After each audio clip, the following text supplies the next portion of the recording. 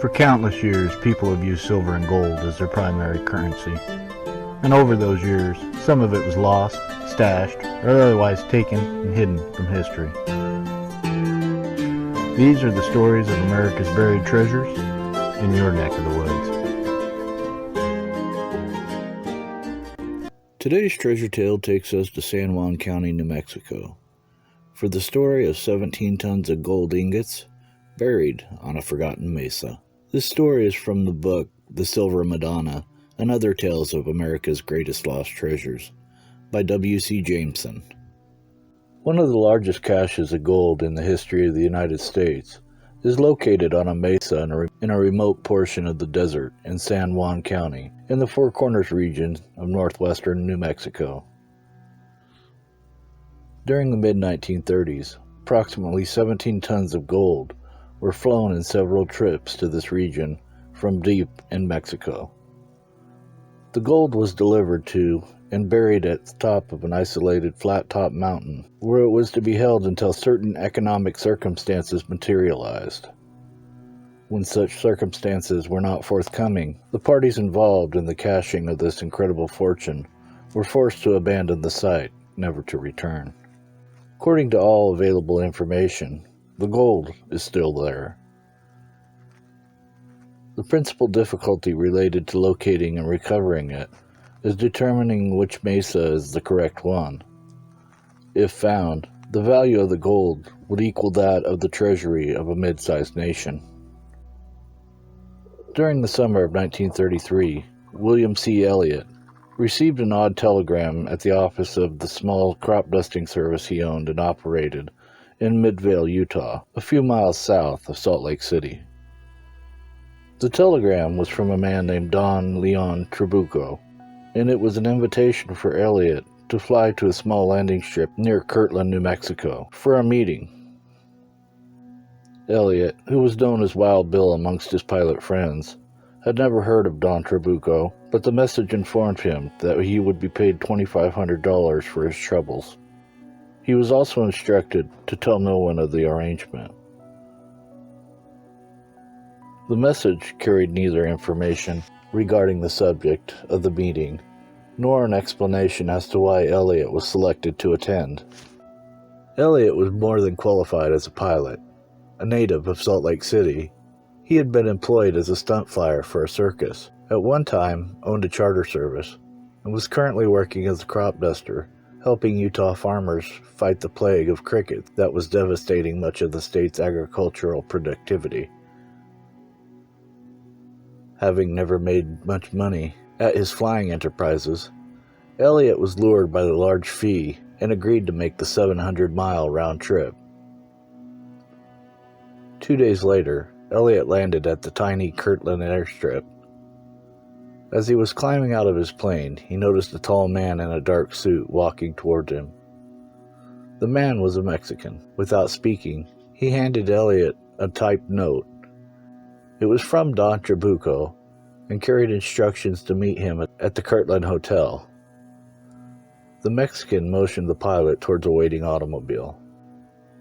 Don Leon Trabuco had a home near the city of Puebla, Mexico. There, Trabuco owned vast parcels of land and ranches. He was also a banker and operated several successful businesses in Puebla. When he met Elliott at the hotel, Trabuco, along with his aides, were expensively dressed.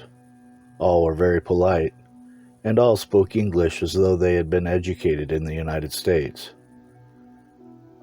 It was rumored that Trabuco was descendant from the original Spanish conquistadors who conquered Mexico centuries earlier. It was also told that he was the head of a large, prominent, and extremely powerful family that controlled the politics and economics throughout much of the region where he lived. As Trabuco spoke, one of his assistants handed Elliott a flight map of an area near Puebla where one of Trabuco's large ranches was located. Here, Trabuco told the pilot he was to land his plane and pick up a cargo of gold ingots. After leaving the ranch, Elliott was to fly in an evasive pattern back to New Mexico and land at a remote airstrip near a small isolated mesa located a few miles northwest of the town of Shiprock. The assistant pointed out fuel stops along the return route. Trabucco told Elliot that if he were pleased with his compensation, this would be the first of several trips, and that ultimately a total of 17 tons of gold was to be delivered to the designated site over a period of several weeks. For his efforts, Trabucco told Elliot he would be paid $40,000 in cash. He also informed him that this, and any future business conducted between the two men, was to be kept secret. Elliot thought about the proposition. Mentally, he calculated how many planes he would be able to purchase and how he could improve and expand his crop dusting business. Following a few minutes of deliberation, Elliot agreed to the arrangement. Smiling, Trabucco told Elliot to fly his plane to the Pueblo Ranch the next day. He then handed the pilot $2,500 in cash.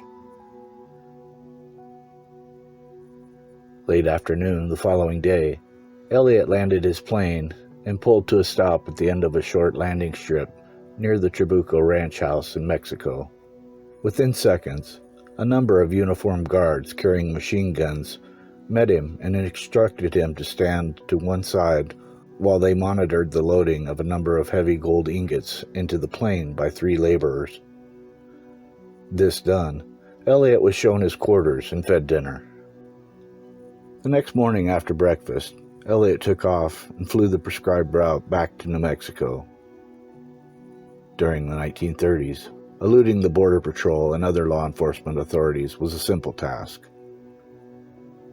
This done, he eventually landed his plane at a tiny, rough and rocky makeshift landing strip adjacent to the specified Mesa. By the time Elliot cut his engines, a brand new pickup truck was driven to the side of the plane. From the cab stepped Don Trabucco himself and 2 of his assistants. This time, Trabucco was dressed in work clothes, khakis, safari jacket, and high-top boots. Elliot noted that there were several shovels and other excavation tools in the bed of the truck.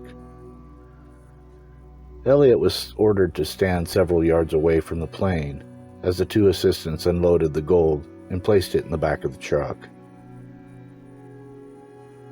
The gold, explained Trabucco, was to be driven to a secret location atop the mesa, wrapped and sealed with wax, and buried.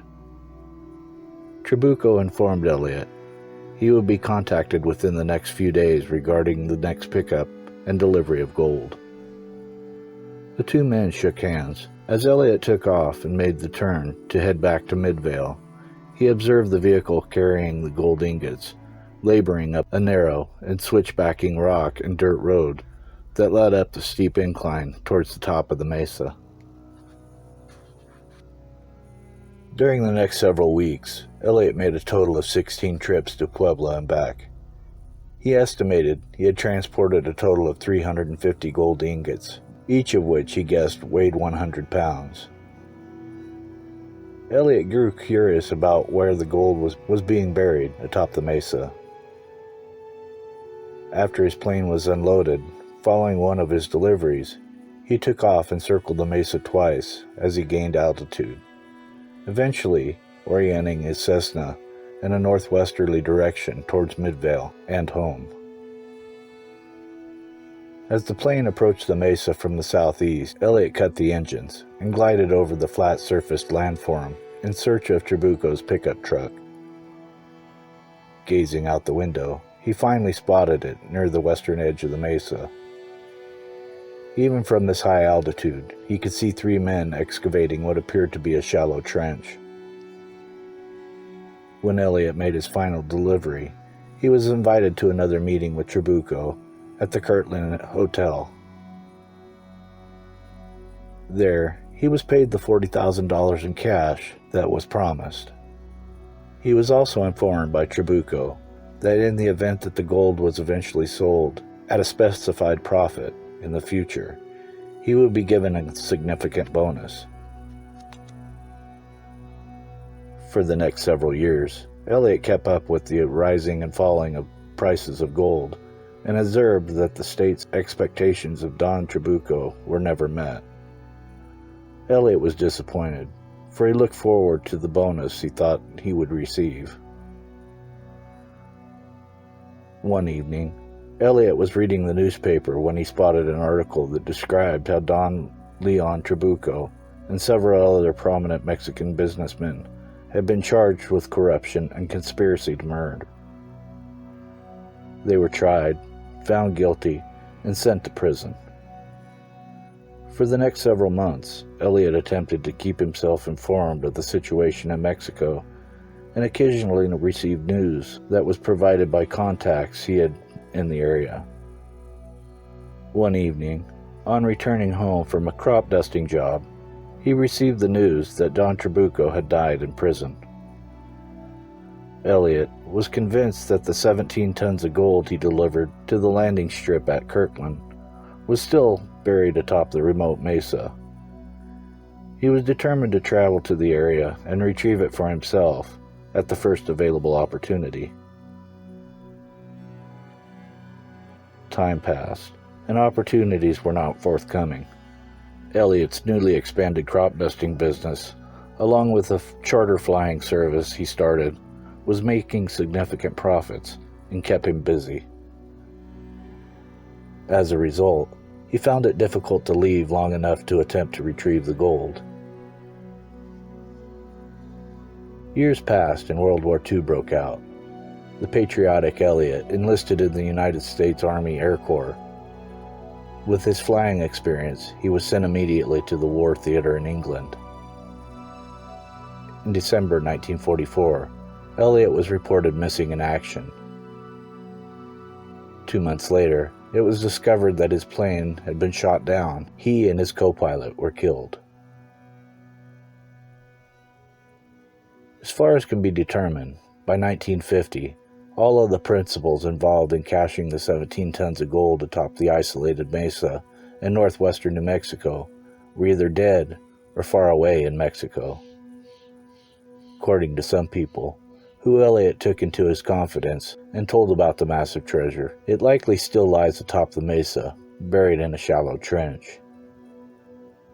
Because so few people were aware of the existence of the incredible treasure cache, only a handful of advantageous individuals have undertaken a search for it.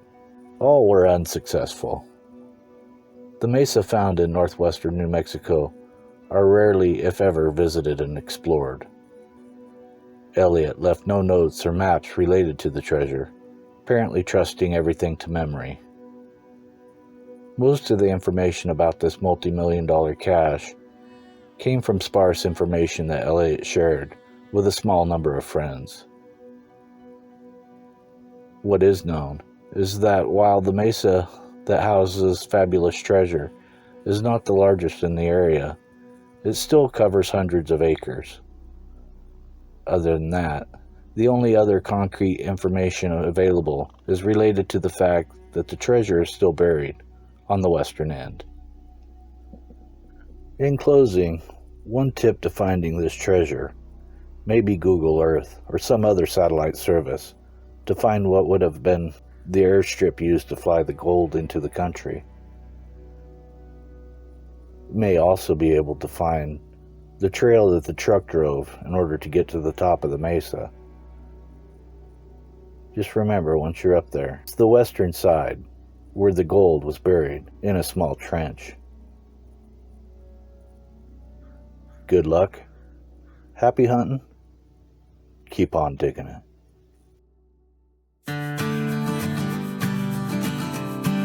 Like, subscribe, and share it with a friend. Hit the bell and follow me on my next outing.